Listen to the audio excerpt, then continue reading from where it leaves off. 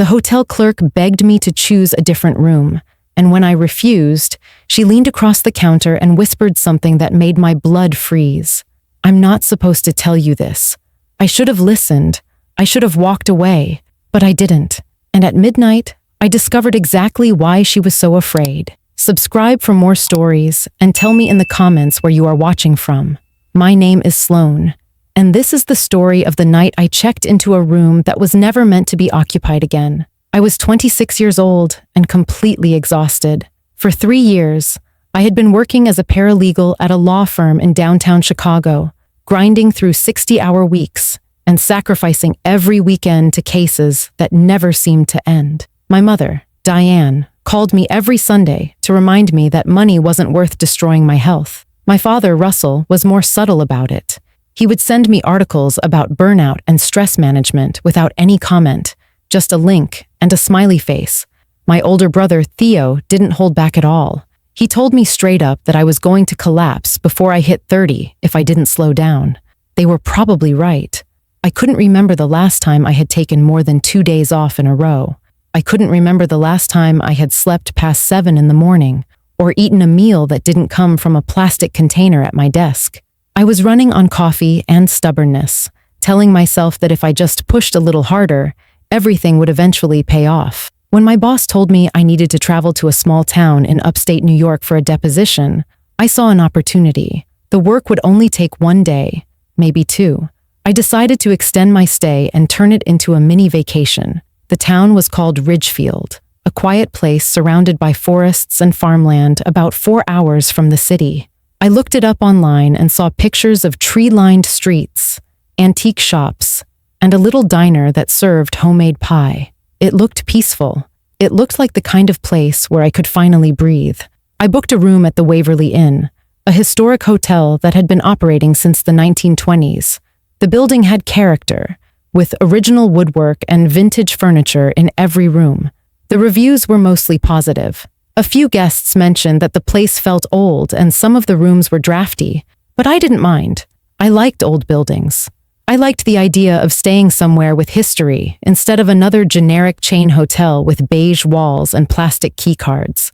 I arrived in Ridgefield on a Thursday afternoon after a long drive through winding back roads. The town was even smaller than I expected.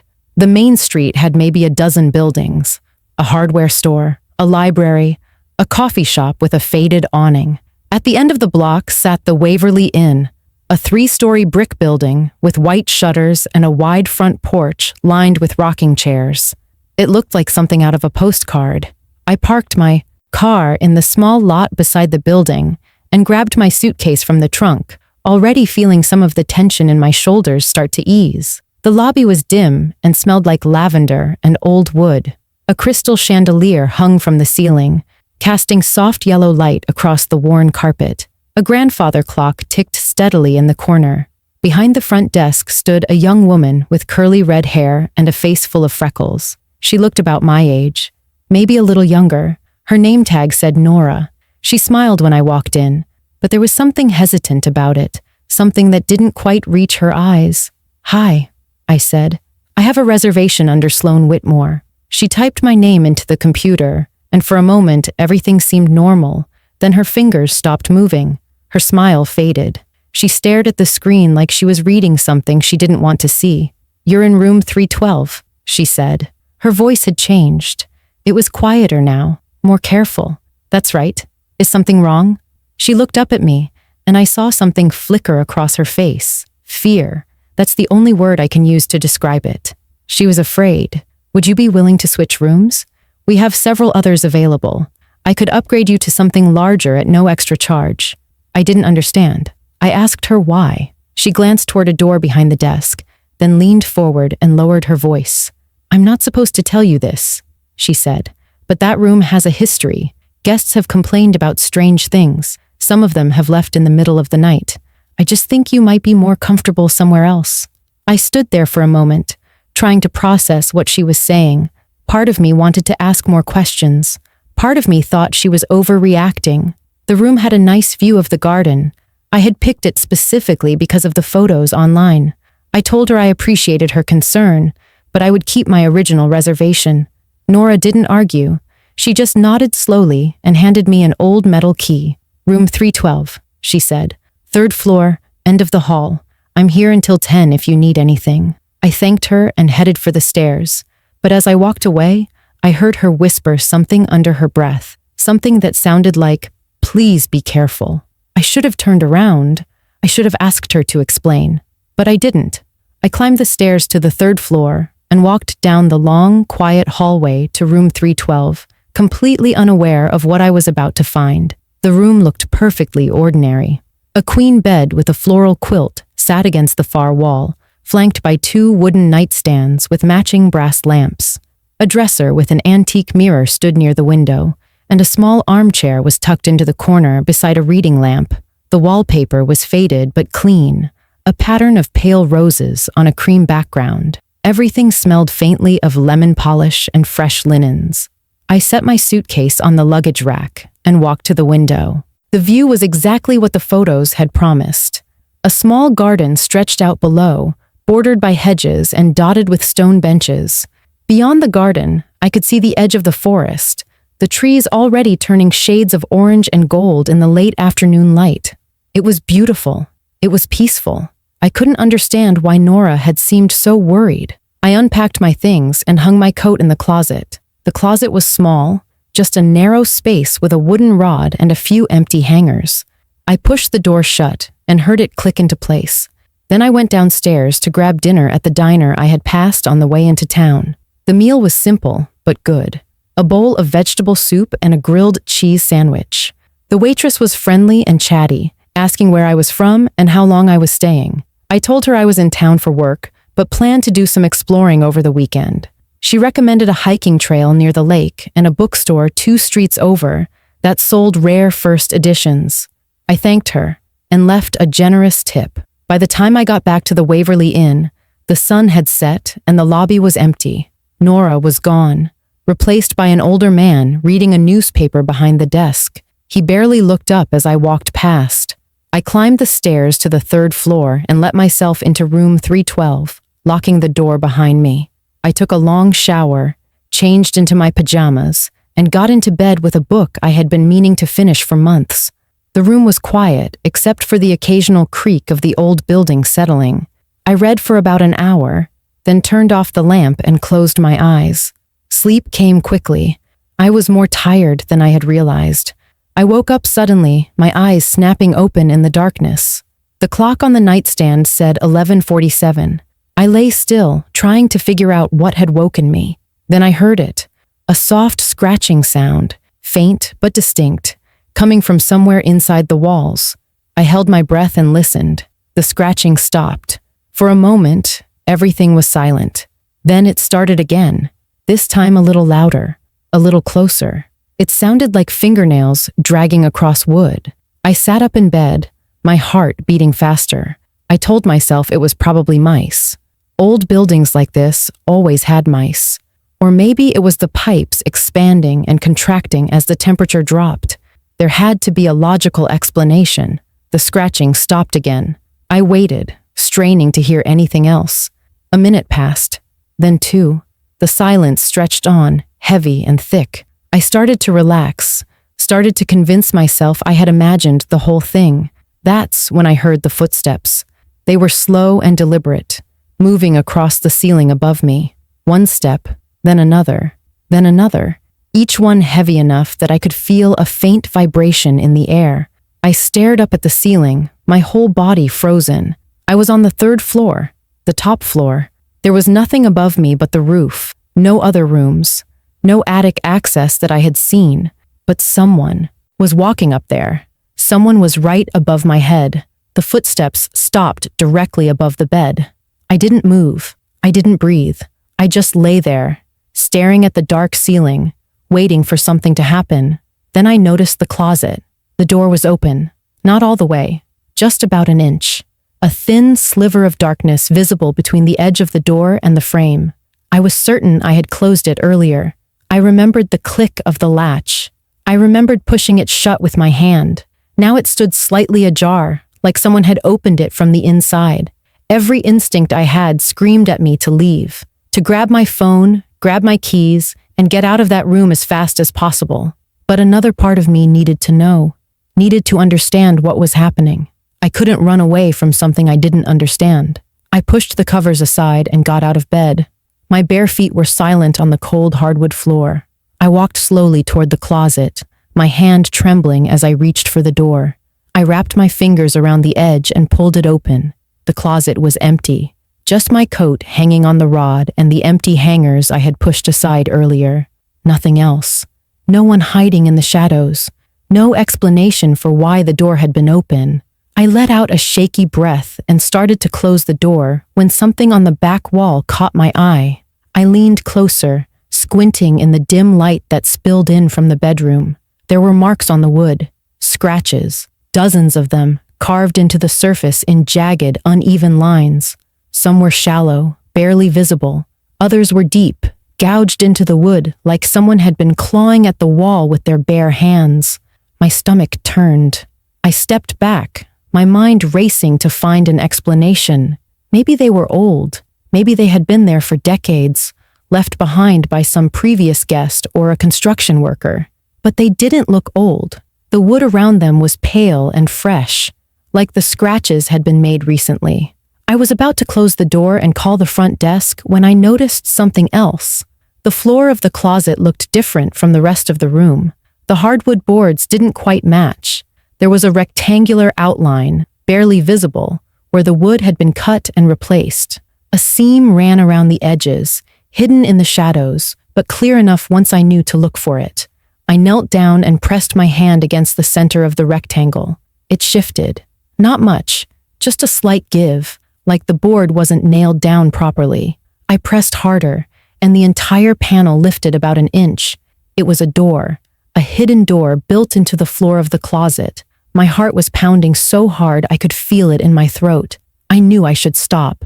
I knew I should call someone, the front desk, the police, anyone. But I had to see what was down there. I had to understand what I had stumbled into.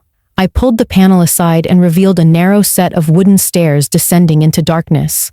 The air that rose up from below was cold and stale, like it had been trapped for a long time. I couldn't see the bottom. I grabbed my phone from the nightstand and turned on the flashlight. The beam cut through the darkness, illuminating the rough wooden steps one at a time.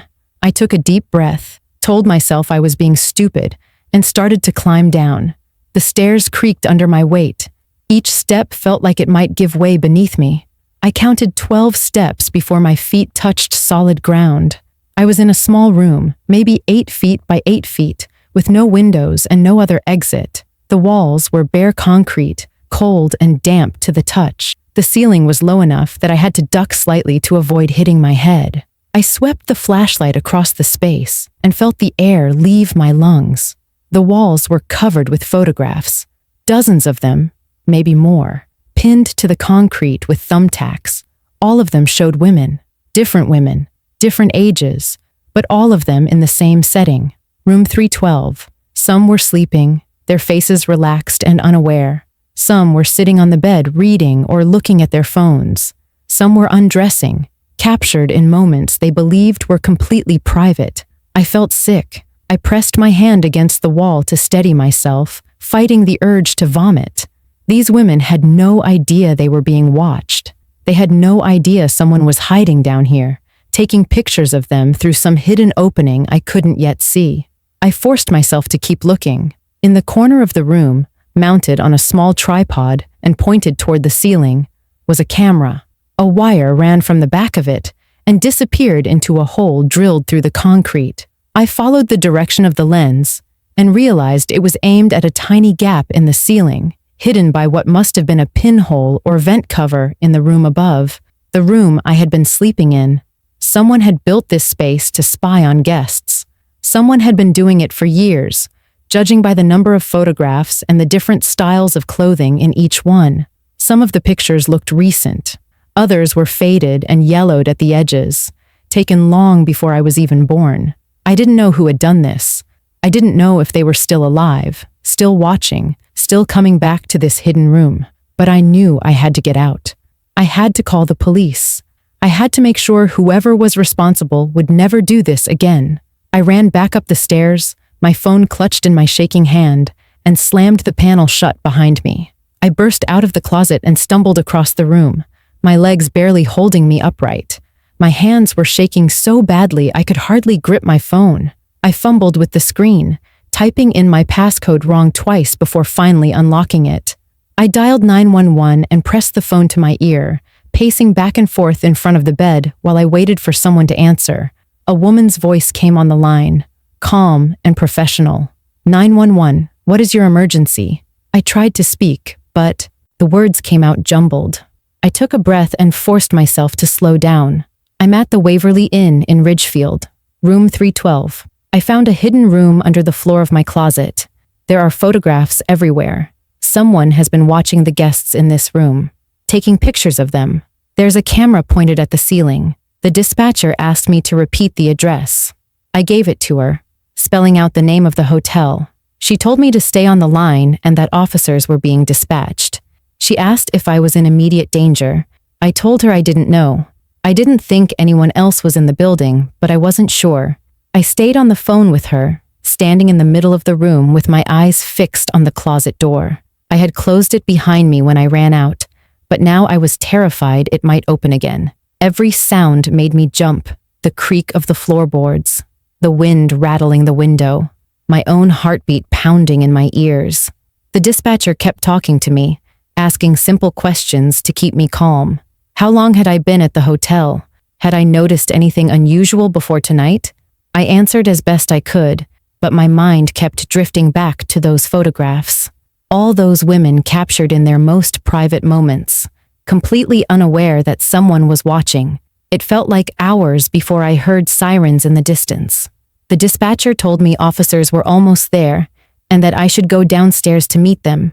I grabbed my jacket and my room key and left 312 without looking back. I didn't bother with my suitcase. I didn't care about any of my things. I just wanted to get out of that room. The lobby was empty when I came down the stairs. The older man who had been at the desk earlier was gone. I pushed through the front door and stepped onto the porch just as 2 police cars pulled into the parking lot. An officer got out of the first car and walked toward me, a flashlight in one hand and his other hand resting on his belt. "Are you the one who called?" he asked. "Yes. Sloan Whitmore. I'm in room 312. He asked me to tell him what happened. I explained everything from the beginning. The scratching sounds, the footsteps on the ceiling, the closet door that had been open when I was sure I had closed it, the hidden panel in the floor, the stairs, the photographs, the camera. He listened without interrupting, his expression growing more serious with every detail. When I finished, he called for backup and asked me to wait by the car. I watched as more officers arrived. They entered the building in pairs, flashlights sweeping across the lobby. I stood in the cold night air, hugging my jacket around myself, feeling like I was watching a nightmare unfold. About 20 minutes later, an officer came back outside. He told me they had found the hidden room exactly as I described. The photographs were being collected as evidence. The camera was still mounted in the corner, though it didn't appear to be actively recording. They were checking for fingerprints and any other signs of who might be responsible. He asked if I had any idea who could have done this. I told him I had only arrived that afternoon and hadn't met anyone except the clerk at the front desk, a young woman named Nora, and an older man who had taken over later in the evening. "Do you know where Nora is now?" he asked. I shook my head. She said she was working until 10. I don't know where she went after that. The officer made a note and told me a detective would want to speak with me in the morning. They were going to seal off room 312 and conduct a full investigation. For tonight, they would arrange for me to stay somewhere else. A motel down the road had availability. I nodded, too exhausted and shaken to argue. As they led me to a patrol car to drive me to the motel, I looked back at the Waverly Inn one last time. The windows were dark except for the faint glow of police flashlights moving behind the curtains on the 3rd floor. Somewhere in that building, hidden for who knows how long, was a room full of stolen moments, private lives violated by someone who thought they would never be caught. I hoped they would find whoever did this. I hoped they would make them pay. I didn't sleep that night. I lay in the motel bed staring at the ceiling, replaying everything over and over in my mind. Every time I closed my eyes, I saw those photographs. All those women frozen in moments they never knew were being captured. I kept wondering how many of them had slept in that same bed, stood in front of that same mirror, completely unaware that someone was watching from below. The detective called me the next morning and asked me to come to the station to give a formal statement. I spent 3 hours answering questions, describing every detail I could remember. They showed me photographs of people connected to the hotel and asked if I recognized any of them. I pointed out the older man who had been at the desk when I returned from dinner. His name was Harold Vance. He had worked at the Waverly Inn for over 15 years. The investigation moved quickly after that. Police discovered that the hidden room had been built decades ago by the hotel's original owner, a man named Gerald Weston. He had died 5 years earlier, and the property had been sold to a small management company that hired local staff to run it. No one on the current team knew the room existed. At least, that's what they claimed. But Harold Vance knew. When detectives searched his home, they found a box of photographs that matched the ones in the hidden room. They also found journals with detailed entries about the women who had stayed in room 312 over the years. Names, physical descriptions, habits, schedules. He had been using Gerald Weston's setup to continue the surveillance long after the original owner died. He had been watching women for over a decade. Harold was arrested and charged with multiple counts of voyeurism and invasion of privacy. The case made local news, then regional, then national. Reporters showed up in Ridgefield asking questions, filming segments in front of the Waverly Inn. The hotel closed permanently within a month. The last time I checked, the building was still sitting empty, its windows boarded up, its future uncertain. Nora reached out to me a few weeks after everything happened. She had gotten my contact information through the detective handling the case and wanted to apologize. She told me she had always felt something was wrong with room 312 but never had proof. Guests complained about strange noises, about feeling watched, about waking up in the middle of the night for no reason. She had reported her concerns to the manager multiple times, but nothing ever came of it. Eventually, she started warning guests herself, hoping someone would listen. "I'm sorry I couldn't do more," she said. "I should have pushed harder. I should have made them take it seriously." I told her she had done more than she realized. She had tried to warn me. She had trusted her instincts even when no one else believed her. That took courage. Not everyone would have risked their job to protect a stranger. I went back to Chicago a few days after giving my statement. My boss was understanding about the extended absence, especially once he saw the news coverage. My family called constantly, my mother crying on the phone, my father quiet and shaken, my brother Theo trying to make jokes to lighten the mood but failing miserably. They all wanted me to come home to Ohio for a while, and eventually I agreed. I spent 2 weeks at my parents' house, letting my mom cook for me and my dad take me on long drives through the countryside. It helped more than I expected.